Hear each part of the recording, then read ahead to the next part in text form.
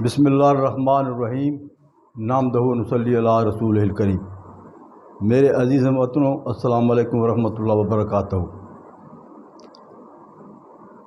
حضرت علی رضی اللہ عنہ امیر المومنین پر جب کوفہ کی جامع مسجد میں نماز فجر کے وقت ایک ملعون خارجی عبد الرحمن بن ملجم نے حملہ کیا اور آپ شدید زخمی ہو گئے، اور اس کے بعد جب آپ کی حالت نازک ہوئی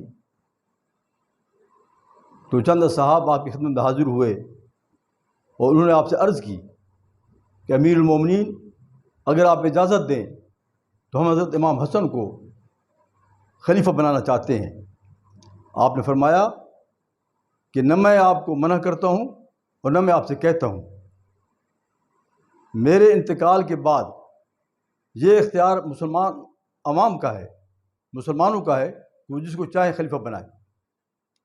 اس کے بعد حضرت علی رضی اللہ عنہ کی وفات ہو گئی، آپ شہید ہو گئے، اور کوفے کے لوگوں نے، مسلمانوں نے حضرت امام حسن کو کوفے کی جامع مسجد کے اندر اپنی مرضی سے بیعت کی اور آپ کو خلیفہ منتخب کر لیا گیا۔ جب حضرت علی کی شہادت کی خبر عام ہوئی تو حضرت امیر معاویہ رضی اللہ عنہ نے دمشق کے اندر اپنی خلافت کا اعلان کیا، یعنی اب اسلامی خلافت کے اندر حضرت امیر معاویہ بھی خلیفہ تھے، ان کا بھی اعلان ہو چکا تھا، اور یہاں حضرت امام حسن کو بھی لوگوں نے منتخب کر لیا۔ حضرت امام حسن رضی اللہ عنہ 6 ماہ تک خلیفہ رہے۔ آپ نے کوفہ سے مدائن تک کا سفر بھی کیا، 8000 کا لشکر بھی آپ کے ساتھ تھا، لیکن جب آپ نے یہ محسوس کیا کہ حضرت امیر معاویہ کے ساتھ جنگ ہوگی اور پھر خون ریزی ہوگی مسلمانوں کے درمیان، چونکہ آپ جنگ جمل اور جنگ صفین کو بھی دیکھ چکے تھے، تو آپ نے از خود یہ فیصلہ فرمایا کہ مسلمانوں کو خون ریزی بچانے کے لیے آپ نے اپنی خلافت کے حق سے دستبردار ہونے کا اعلان کیا، اور حضرت امیر معاویہ کے ساتھ ایک معاہدہ کیا۔ اس معاہدے کے تحت آپ اپنے خلافت سے دستبردار ہو گئے، حالانکہ آپ خلیفہ برحق تھے۔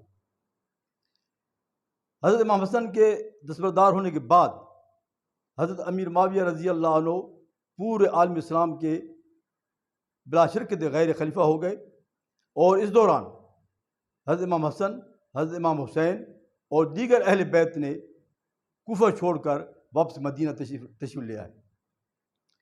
مدینہ میں قیام کے دوران پھر حضرت امام حسن کو کچھ عرصے بعد زہر دے دی گئی اور آپ بھی شہید ہو گئے۔ تاریخ کی کتابوں میں یہ بات موجود ہے کہ آپ کو زہر دینے کی جو سازش تھی اس کے الزام بھی یزید پر ہے۔ بہرحال یہاں بھی امام حسین نے انتہائی صبر و تحمل کا مظاہرہ کیا، اور حضرت امیر معاویہ رضی اللہ عنہ کی خلافت کے خلاف کوئی بات یا کہیں کوئی بغاوت نہیں ہوئی۔ تاہم جب حضرت امیر معاویہ رضی اللہ عنہ کو بڑھاپے نے آ گھیرا تو آپ نے اپنے مشیروں کے ساتھ مشورہ کیا کہ میرے بعد خلیفہ کس کو ہونا چاہیے۔ خوش آمدی اور درباری مشیروں نے آپ کو مشورہ دیا کہ بہتر یہ ہوگا کہ آپ یزید کو اپنا ولی عہد مقرر کر دیں۔ حضرت امیر معاویہ رضی اللہ عنہ کو یہ تجویز پسند آئی، لیکن آپ جانتے تھے کہ حجاز کے اندر، یعنی جہاں مکہ اور مدینہ جس علاقے میں ہے، جہاں زیادہ تر صحابہ کرام اور صحابہ کرام کی اولاد ہے، جن میں سب سے نمایاں مقام حضرت امام حسین کا تھا اور حضرت عبداللہ بن زبیر کا تھا، جب تک یہ حضرات، یہ صاحبان بیعت نہیں کریں گے تب تک خلیفہ اس کو عالم اسلام میں یزید کو تسلیم نہیں کیا جائے گا اور اس کی شخصیت متنازع رہے گی۔ اس لیے حضرت معاویہ رضی اللہ عنہ نے دمشق سے مدینہ کا سفر کیا۔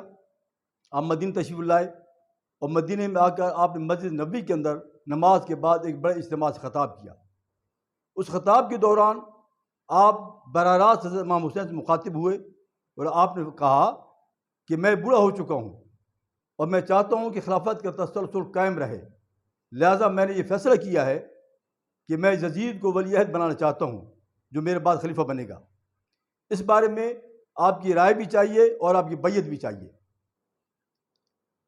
حضرت امیر معاویہ کے خطاب کے بعد حضرت امام حسین نے فرمایا، اے بزرگ، آپ کا یہ فیصلہ مناسب نہیں ہے، کیونکہ حضرت ابوبکر صدیق، حضرت عمر فاروق حضرت عثمان غنی اور میرے بابا علی سے ایسی کوئی بات ثابت نہیں ہے کہ انہوں نے اپنی زندگی میں کسی بیٹے کو یا کسی بھائی کو یا کسی دوست کو ولی عہد مقرر کیا ہو، بلکہ یہ اختیار مسلمانوں کا ہے۔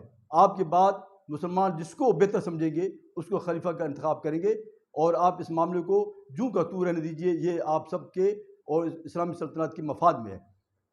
حضرت امیر معاویہ رضی اللہ عنہ حالات کو بھانپ گئے۔ آپ سمجھتے تھے کہ اہل مدینہ امام حسین کے ساتھ ہیں، اس لیے آپ خاموش رہے اور واپس چلے گئے۔ واپس جانے کے بعد یزید کے ولی عہد کا اعلان کر دیا گیا۔ کچھ تھوڑے عرصے بعد گورنر مدینہ نے امام حسین کو پیغام بھیجا اور کہا کہ میں آپ سے ملاقات کرنا چاہتا ہوں۔ امام علی مقام نے گورنر مدینہ سے ملاقات کی۔ گورنر مدینہ نے آپ کو بتایا کہ حضرت امیر معاویہ رضی اللہ عنہ وفات کر چکے ہیں۔ آپ نے انا للہ و انا الیہ راجعون پڑھا اور گورنر سے حضرت امیر معاویہ کی وفات پر تعزیت کی۔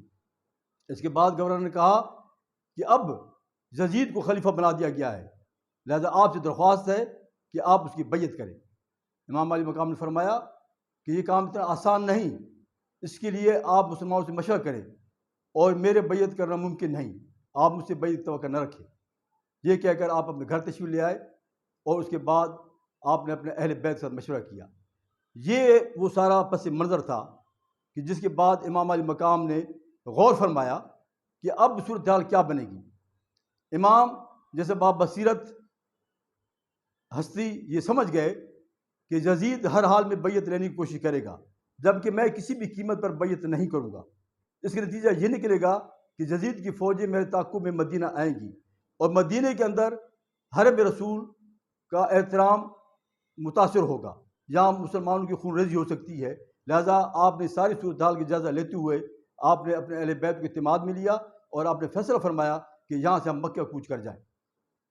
آپ نے رجب کے مہینے میں عشاء کی نماز کے بعد اہل بیت کے ساتھ مکے کے لیے سفر اختیار کیا۔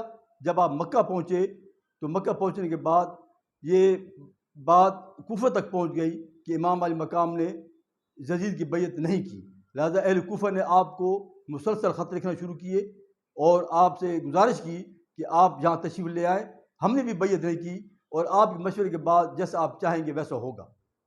امام علی مقام پر جب خط آئے تو امام حسین رضی اللہ عنہ کو اہل کوفہ کا حال پہلے سے کچھ معلوم تھا، تو آپ نے اپنے چچا زاد بھائی حضرت مسلم بن عقیل کو، جو حضرت علی کے چھوٹے بھائی حضرت عقیل کے صاحبزادے تھے، ان سے کہا کہ آپ جائیں اور اہل کوفہ کا حال معلوم کریں کہ وہ جو کچھ کہہ رہے ہیں اس کے اندر کس قدر سچائی ہے۔ حضرت مسلم بن عقیل کوفہ روانہ ہو گئے، جہاں حضرت علی کا پہلے گھر بھی تھا، اور اس دوران حضرت امام حسین یہاں مکہ پاک میں موجود تھے کہ حج کا موسم بھی آ گیا۔ آپ نے حج کی تیاری کی، اور جب حج قریب آیا تو آپ کو اطلاعات آنے شروع ہو گئیں، کیونکہ یزید کی بھی ساری صورتحال پہ نگاہ تھی۔ آپ کو اطلاع ملنا شروع ہو گئی کہ یزید آپ پر حملہ کرنے کے لیے فوجی تیاریاں کر رہا ہے، اور ممکن ہے مدینے کے راستے ہوتا ہوا مکے پر حملہ ہو۔ اور اس دوران یہ اطلاع بھی ملی کہ ان حجاج کے اندر یزید نے کچھ ایسے لوگ بھیج دیے ہیں کہ جو ممکن ہے آپ پر قاتلانہ حملہ کریں۔ آپ رضی اللہ عنہ نے اس ساری صورتحال کا جائزہ لے کر، آپ حج کا احرام باندھ چکے تھے، تو آپ نے فیصلہ فرمایا کہ یہاں بھی آپ کا وہی خیال تھا کہ بیت اللہ حرم کی بےرمتی ہو میرے خون سے یا کسی مسلمان کے خون سے، تو آپ نے فیصلہ فرمایا کہ مجھے یہاں سے بھی کوفہ کوچ کر جانا چاہیے۔ آپ نے آخر میں جو بیت اللہ کے دروازے پر ہاتھ رکھ کے خطاب فرمایا، اس میں آپ نے یہ فرمایا کہ میرے لیے سب سے اچھی جگہ، محفوظ جگہ اور محفوظ پناہ گاہ یہ مکہ پاک ہے، اور بیت اللہ سے بڑھ کر میری کوئی جگہ عزیز نہیں ہے مجھے، لیکن میں جانتا ہوں کہ یزید کی فوجیں آئیں گی، اور اس کے بعد مکہ پاک کی بیت اللہ کی بےرمتی کا امکان ہے، خدشہ ہے، لہٰذا میں حج کو عمرے میں تبدیل کر کے اور یہاں سے روانہ ہونا چاہتا ہوں۔ حضرت عبداللہ بن زبیر اور حضرت عبداللہ بن عباس جیسے بزرگوں نے، آپ کے رشتہ داروں نے آپ کو منع بھی فرمایا، لیکن آپ نے ایک بات وہاں فرمائی، خاص طور حضرت عبداللہ بن عباس نے جب ضد کی تو آپ نے فرمایا کہ میں نے نانا کو خواب میں دیکھا ہے، میں ہر حال میں جاؤں گا۔ یہ خواب آپ نے آخر تک کسی کو بتایا نہیں۔ بہرحال آپ نے 7 یا 8 ذوالحج کو آپ نے عمرہ کیا، حج کو عمرے میں تبدیل کیا، آپ نے عمرہ فرمایا، اور عمرے کے بعد آپ کوفے کے لیے روانہ ہو گئے اہل بیت کے ساتھ. جب آپ روانہ ہوئے تو اس سے پہلے، روانہ ہونے سے پہلے حضرت مسلم بن عقیل کی اطلاع بھی آپ کو آ چکی تھی کہ اہل کوفہ بے چینی سے آپ کا انتظار کر رہے ہیں اور آپ سے بہت محبت کرتے ہیں. آپ کی اطلاع مل چکی تھی. آپ تقریباً کم و بیش 4 ماہ تک مکہ پاک میں آپ نے قیام فرمایا. پھر آپ روانہ ہو گئے.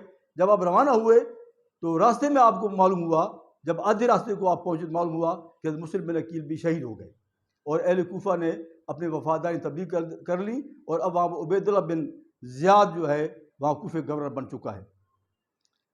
مگر آپ نے اپنا سفر جاری رکھا. آپ کا یہ سفر جو مکے سے کوفے کی جانب تھا، یہ مکے سے کوفے تک کا کل سفر تقریباً 1350 کلومیٹر تھا. آپ نے یہ سفر بڑی تیزی کے ساتھ جاری رکھا اور راستے میں آپ نے عید نماز ادا کی، قربانی دی اور آپ نے 8 مقامات پر پاؤ ڈالا.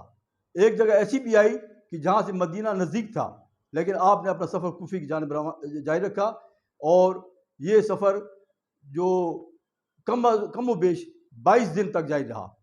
22 دن یا 20 دن کے بعد آپ کربلا کی سرزمین پر پہنچے. وہاں یکم محرم تھی اور جب آپ وہاں پہنچے تو یکم محرم تھی اور وہاں آپ کو روکا گیا اور آپ سے کہا گیا کہ آپ اس سے آگے جا نہیں سکتے. یہ امام علی مقام کا وہ سفر ہے کہ کربلا پہنچنے کا جو آپ کے سامنے میں نے بیان کیا ہے. میں اس بات کو یہاں ختم کرنے سے پہلے صرف ایک چھوٹا سا واقعہ بیان کرنا چاہتا ہوں کہ کیسا عجیب اتفاق ہے کہ آقا علیہ الصلوۃ والسلام، نانا، محترم نانا، پیارا نانا، غار سور سے 60 سال پہلے، 60 ہجری میں آپ کی 61 ہجری میں آپ کی شہادت ہوئی تو آپ سمجھ لیجئے کہ 60 سال پہلے نانا آپ کا آقا علیہ الصلوۃ والسلام غار سور سے نکل کر سواری پر سوار ہو رہے ہیں کہ میں مدینے جاؤں اور وہاں اسلامی ریاست قائم کروں. اور ٹھیک 60 سال بعد آپ کا نواسا، بہت پیارا نواسا جس کے لیے آپ نے فرمایا کہ حسین مجھ میں سے اور میں حسین میں سے ہوں، وہ ٹھیک 60 سال بعد کربلا کے میدان میں سواری سے اتر رہا ہے کہ میں نانے کے اس دین کو بچاؤں جا کر. یہاں آپ رکے اور یہاں آپ نے حضرت عباس سے فرمایا کہ خیمے گاڑ دیے جائیں. یہاں آپ کو روکنے کا منظر اور اس رک جانے کے بعد آپ کی شہادت تک کا واقعات انشاءاللہ اگلی دفعہ آپ کو بتایا جائے گا. اللہ سے دعا ہے کہ اللہ تبارک و تعالی ہمیں امام علی مقام کے نقش قدم پر چلنے کی توفیق عطا فرمائے. وما علینا الا البلاغ.